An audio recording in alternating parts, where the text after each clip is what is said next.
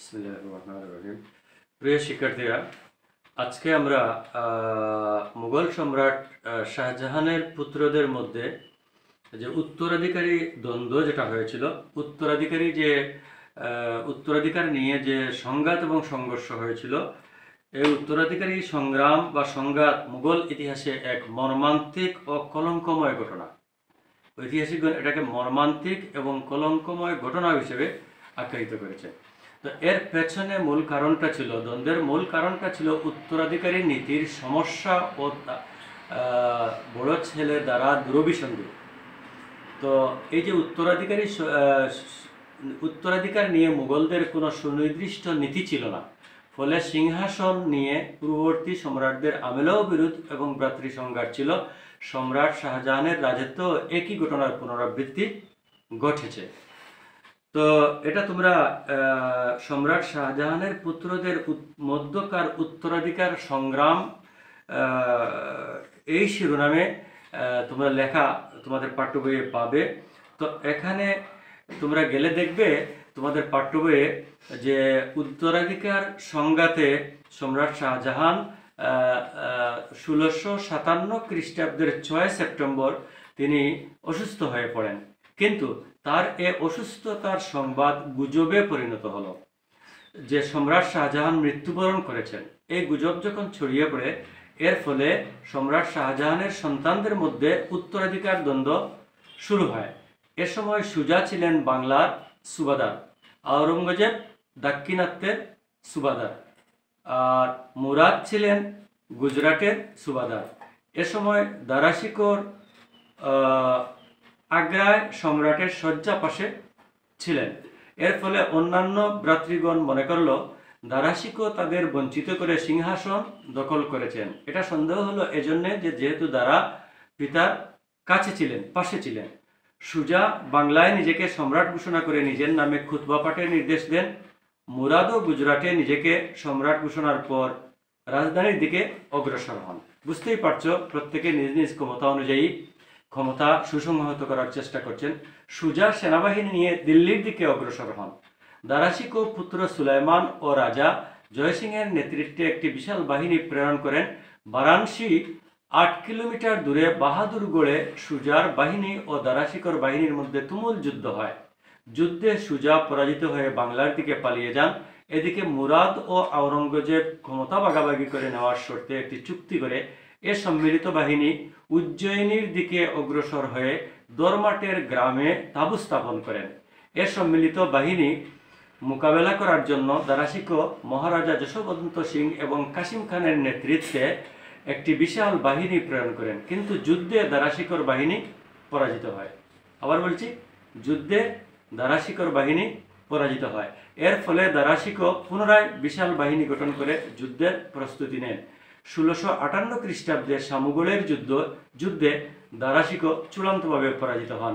বিজয়ী আওরঙ্গজেব মুরাদকে বাদ দিয়ে 1658 খ্রিস্টাব্দে জুলাই মাসে সিংহাসনে আরোহণ করেন।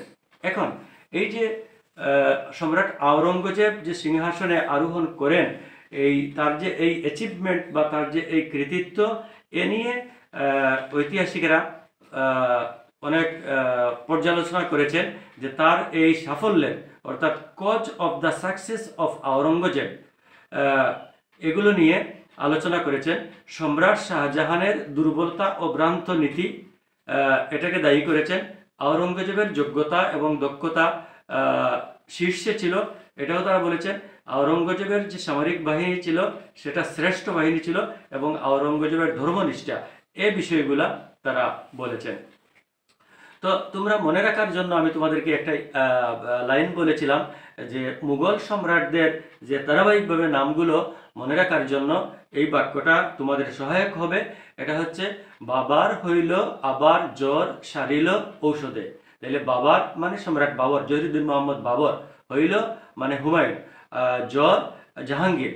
তাহলে বাবার হইল আবার আকবর, জ্বর জাহাঙ্গীর, সারিল ঔষধে, সারিল শাহজাহান, ঔষধে থেকে হবে আওরঙ্গজেব। এটা জাস্ট মনে রাখার জন্য একটা বাক্য আর কি। তো যাই হোক, আমরা পরিশেষে এটাই বলবো তোমাদেরকে যে সম্রাট শাহজাহানের যে পুত্রদের উত্তরাধিকার সংগ্রাম, এই জায়গায় তোমরা গেলে দেখবে যে এখানে কি হয়েছে, যে বাবার অসুস্থতার সুযোগে উত্তরাধিকারী কোনো নীতি না থাকার কারণে তার সন্তানদের মধ্যে দ্বন্দ্ব সংঘাত হয়েছে। তুমি এই জায়গাটা, তুমি পাঠ্য বইয়ের এই জায়গাটা তোমার কাছে ক্লিয়ার থাকলে তুমি দেখবে যে রাজশাহী, কুমিল্লা এবং যশোর বোর্ডে 2022 সালের একটা প্রশ্ন, যে জামান চৌধুরীর শাসনকালের একটা উদ্দীপক এরকম ছিল আর কি, যে জামান চৌধুরীর শাসনকালের শেষ দিকের অবস্থা ভালো ছিল না। যেমনটি আমরা বলেছি যে শাহজাহানের মুঘল সম্রাট শাহজাহানের রাজত্বের শেষ দিকে তার অবস্থা ভালো ছিল না, শাসনকালের শেষ দিকে তার অবস্থা ভালো ছিল না। এখানে উদ্দীপকে বলা হচ্ছে জামান চৌধুরীর 4 পুত্রের মধ্যে সিংহাসনের উত্তরাধিকারকে কেন্দ্র করে ব্যাপক দ্বন্দ্ব হয়। আমরা আমাদের পাঠ্য বইয়েও আমাদের পঠিত যে শাসক, সেই শাসকেরও পুত্রদের মধ্যে উত্তরাধিকারকে কেন্দ্র করে ব্যাপক দ্বন্দ্ব সংঘর্ষ শুরু হয়। পুত্রদের মধ্যে একজন ক্ষমতা দখল করে জামান চৌধুরীকে বন্দী করেন। সেম এখানেও এই ঘটনাটা ঘটেছে, যে পুত্রদের মধ্যে একজন বলতে এখানে সম্রাট আওরঙ্গজেবকে বোঝানো হয়েছে, এবং আওরঙ্গজেব পরবর্তীতে ক্ষমতা দখল করেন এবং পিতাকে বন্দী করেন।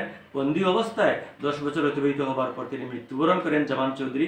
এবং সুতরাং তোমরা দেখতে পেলে যে জামান চৌধুরীর সাথে সম্রাট শাহজাহানের মিল রয়েছে, এবং জামান চৌধুরীর ছেলেদের উত্তরাধিকার সংগ্রামের সাথে সম্রাট শাহজাহানের মিল রয়েছে।